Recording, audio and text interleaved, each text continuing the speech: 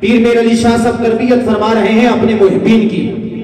فرماتے ہیں اگر کوئی شخص قبروں کا طواف یا سجدہ کرے یا اس قسم کی دعا مانگے کہ اے صاحب مزار میرا فلاں کام سر انجام دے دے، تو فرمایا بتوں کے پجاریوں کے ساتھ مشابہت ہو جائے گی.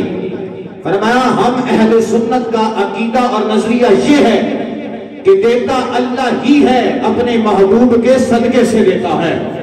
دیتا اللہ ہی ہے، اپنے ولیوں کے وسیلے سے دیتا ہے. تو پیر میر علی شاہ صاحب اعلاء کلمۃ اللہ فی بیان وما اہل بہ لغیر اللہ کے صفحہ نمبر 140 میں لکھتے ہیں، کہتے ہیں لوگوں ڈائریکٹ کسی ولی کے مزار پہ جا کے یہ نہ کہنا کہ اے بابا تو فلاں چیز ہمیں دے دے. فرمانے اس کے صدقے سے رب سے مانگ، اس کی لاج رکھتے ہوئے رب تجھے عطا فرمائے گا. اور پھر فرمایا اگرچہ وہ چاہے جتنی بھی عزتوں والا تھا، ولی ہے، اللہ کا برگزیدہ ہے، اس کی ساری زندگی عجز و انکساری زہد و تقوی میں گزری ہے، لیکن فرمایا تمہیں اس کے قبر کا طواف کرنے کی اجازت ہرگز نہیں ہے.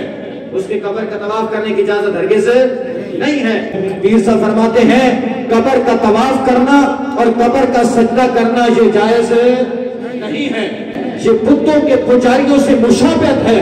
مزید آگے چلیں، یہ میرے پاس چونکہ 11ویں والے پیر کی بات ہو رہی ہے تو یہ کتاب 11ویں والے پیر کی ہے، غوث اعظم شیخ عبد القادر جیلانی کی ہے، یہ غنیت الطالبین ہے. حضور غوث اعظم نے فرمایا کسی قبر کی زیارت کے وقت قبر پہ ہاتھ بھی نہ رکھا جائے، قبر پہ ہاتھ بھی نہ رکھا جائے.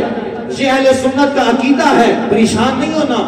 یہ لوگوں نے، یہ جاہل لوگوں کی عادات ان کو ہماری طرف منسوب کر کے کہا دیکھو یہ قبر پرست ہیں. ایسا ہرگز نہیں ہے. ہمارے